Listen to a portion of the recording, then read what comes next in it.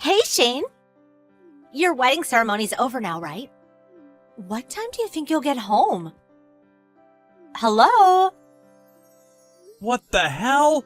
You do know it's my wedding night. Could be a little more considerate. Oh, wow, don't be so mean. What do you want? Like I just asked you, your wedding's over now, right?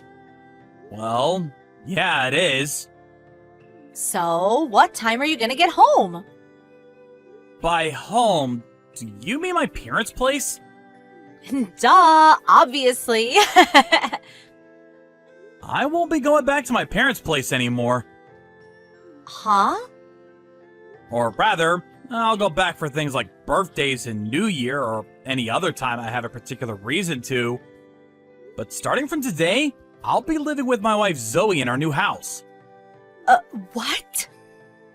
Is it really that surprising? When two people get married, unless one moves into the other's family home, they get a new place together, right? I guess so. You make a good point. Where do you live now, then? I think we're about 50 minutes from my folks' place by car now. The new house is about halfway between my work and Zoe's parents' place. Oh, that makes sense. It's because you're close to your wife's parents' house, then. I guess that makes sense. She is the daughter of a company CEO, after all, right? It never dawned on me before, but thinking about it now, I guess this was always a possibility. I see. What? Huh? Is there something wrong with me moving out of my parents' place? I just got married, for Pete's sake. Well, think about it. We always lived across the street from each other until now. The kind of distance we could always go to each other's houses when we felt like it. Now, we won't be able to meet unless we schedule beforehand. I guess you're right. You live pretty far apart, huh? Sorry, but I gotta go. Zoe's calling me from the living room. Oh, I see. Okay. I'll message you again soon.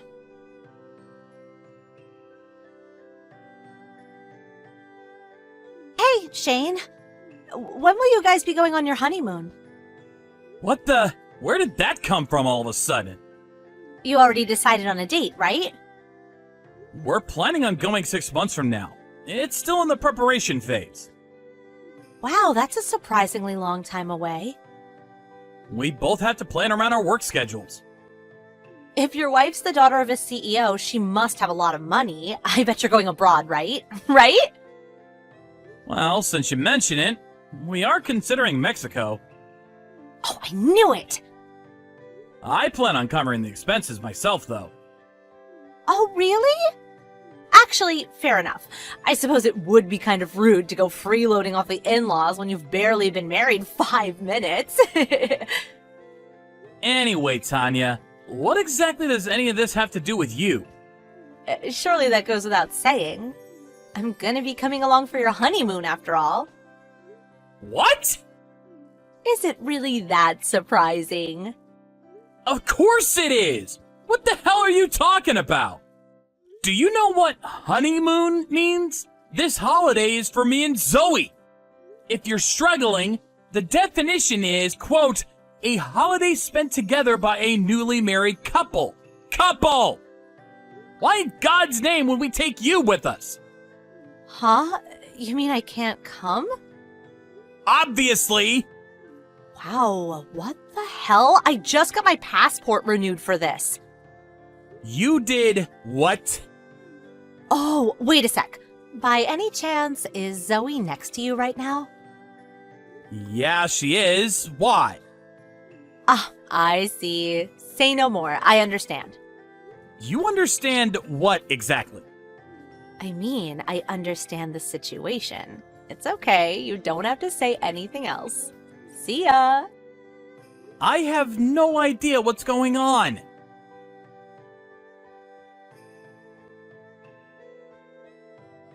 Hey there, Shane.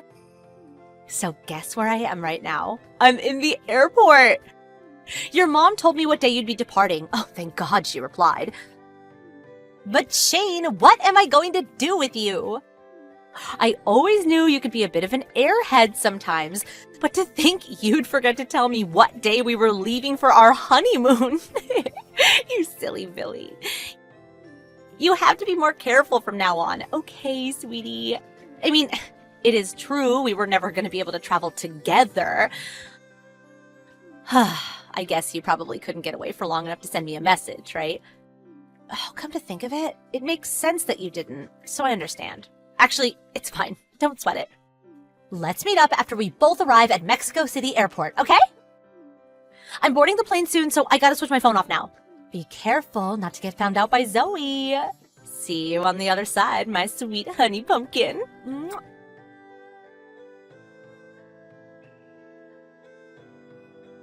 What the hell? Tanya? You're in Mexico City Airport? What? Tell me this is a joke. Tanya! No way. You're not actually trying to come with us on our honeymoon, are you?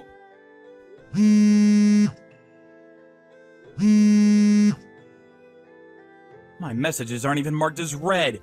Did you already switch your phone off? This isn't good, Tanya!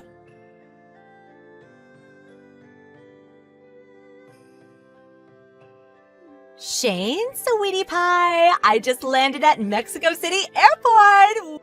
Woohoo! I'm in Mexico! This is my first time ever going abroad. When can you meet me, Shane? Don't worry, I understand if she's watching you. I'm having a coffee in a cafe at the airport right now. Let me know as soon as you can, okay? My precious sugar dumpling. Tanya! Where the heck are you?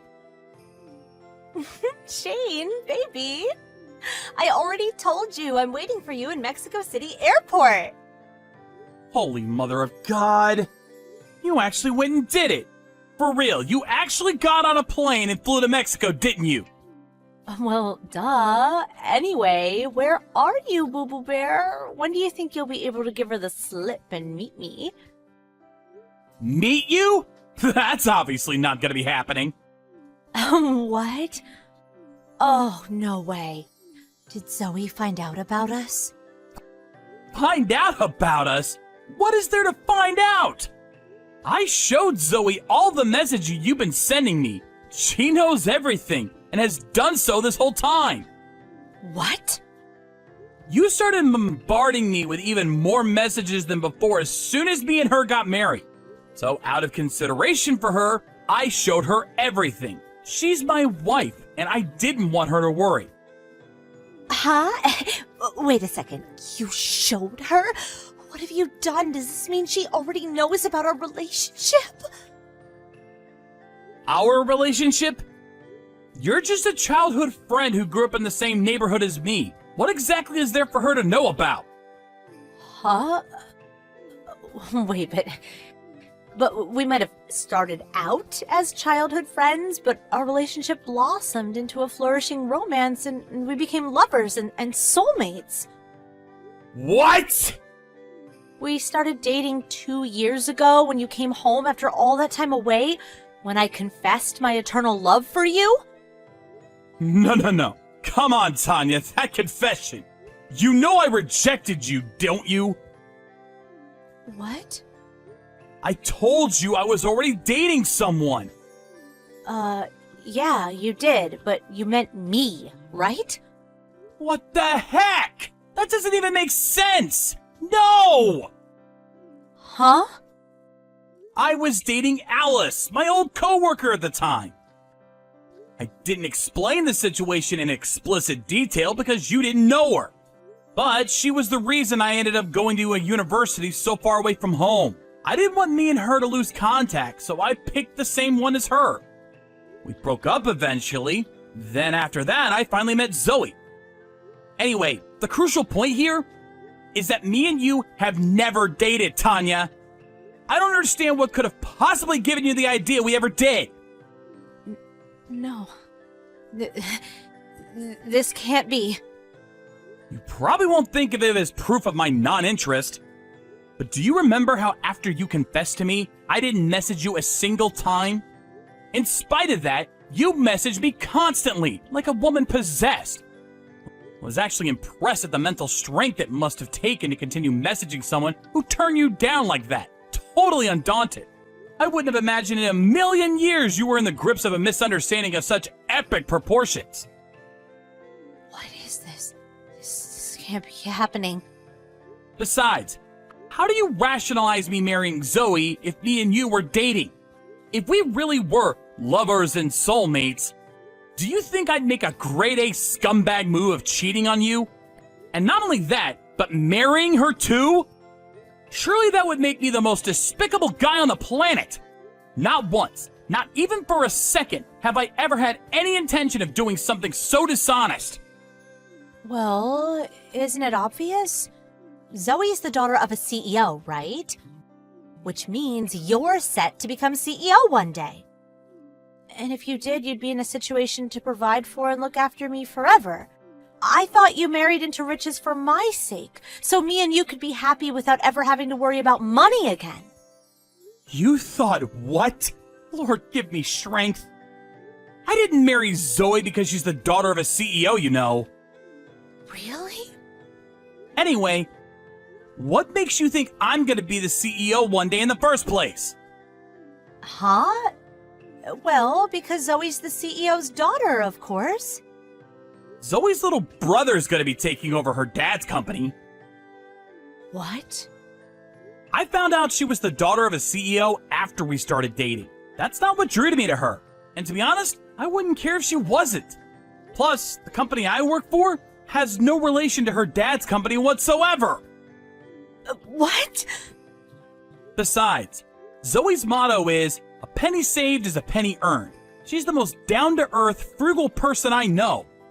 It's true she was raised in an affluent household, but in spite of that, her parents made a point of not spoiling her excessively while bringing her up. Being fully aware of that, I have no intention of freeloading off of her parents. I have no interest in their money, and of course, Zoe feels the same. I can't believe it. I was so sure. I was convinced the only reason you were dating her was because she was the daughter of a CEO. You jump to so many illogical conclusions. Anyway, this kind of begs the question, doesn't it? It would appear my childhood friend of over 20 years thinks of me as nothing more than a cold, calculating, scheming con man. To be honest, that's probably the most shocking thing about all this. No, To return to the subject, you're at Mexico City Airport now, right? Basically, you flew to Mexico. Yes, I am. Listen, Shane, please. I understand everything you told me about Zoe, but at the very least, will you please come and meet me? Impossible. Why? It's physically impossible. Me and Zoe are in Arizona right now. What? But you said you were going on honeymoon to Mexico. There was a change of plan. A change of plan? Neither of us were able to take enough time out of our work schedules to make the honeymoon as long as we wanted. We thought it'd be a little selfish for us to leave the state while our companies needed us so badly. In the end, we decided to do a tour of the Grand Canyon instead. We're staying at a hotel on the outskirts right now. What? You've got to be kidding me. What am I supposed to do now? I don't even have a hotel booked for tonight. And what am I going to do with all these bags of rose petals I was going to sprinkle on our bed? What? You went abroad and you didn't even book a hotel? Rose petals? I thought you would have booked one for us already. Oh wow, you really are something else. They might speak English in Mexico, but it's still really difficult for me to get on by my own here. I don't know what to do or where to go. Maybe so, but what do you expect me to do? You know I clearly refused your offer of coming along with me and my wife on our honeymoon, so you shouldn't really be there in the first place, should you? I hate to say it, but you only have yourself to blame. Oh! Hey, Zoe just called my mom. Huh? She did? Apparently the date for what you thought was the day of our departure for the honeymoon in Mexico was actually the time we departed for the Grand Canyon. No way. My mom said she's gonna call your mom and explain the situation. No, wait. Don't do that, please. Why not? Zoe's trying to help you out here. But I told my mom I was going on holiday with a friend. This isn't the time to be worrying about something like that. But Zoe thinks you should try calling the American Embassy in Mexico and explaining the ridiculous mess you got yourself into. There's a chance they might be able to help you. Huh? I'm sorry, but that's the only advice that we can give you. We're praying for your safe return to the States. Good luck.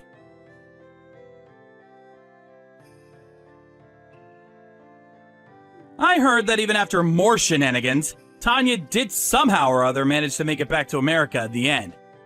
However, after reaching her emotional and psychological limit, she ended up going off with some sleazy pickup artist guy who approached her at the airport.